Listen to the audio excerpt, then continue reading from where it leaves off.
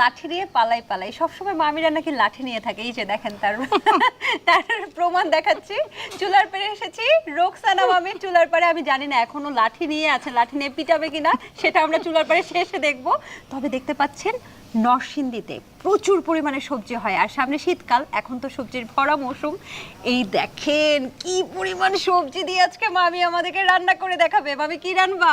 সবজি, মাংস দিয়ে সবজি তৈরি তাই তো করব। শুনছিলাম, মনটা খারাপ হয়ে গেছিল। আমি কিন্তু মাংস খুব পছন্দ করি। চলো আমরা শুরু করি। মাংস দিয়ে সবজি তৈরি করব। আচ্ছা, মামি আজকে আমাদেরকে মাংস দিয়ে সবজি তৈরি করে দেখাবে। চলো মামি শুরু করি। করবো না? হ্যাঁ, শুরু আমার করবো। দিকে তাকাচ্ছ, আমি রান্না নাকি? তুমি না, রান্না আমি করো। ইত্তেফাক করব। আমি তোমাকে হেল্প করছি, চলো বলো কি কি করতে হবে।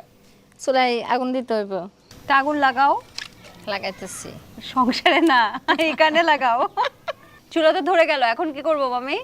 ওখান কড়াইটা একটু গরম হয়েছে, ওর পরে একটু তেল দিব।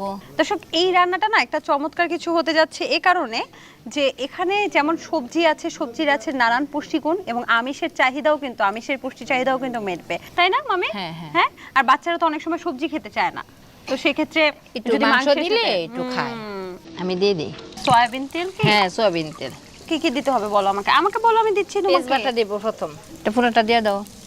বলছি আমি আগায় দিব, আমি তো বলি না আমি দিব। ও, আমি ভয় পাই, তুমি দাও।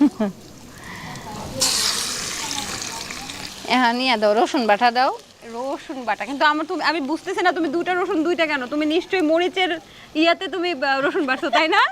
হ্যাঁ, প্রথমে একটু বাড়ছিলাম, কম হবে পরে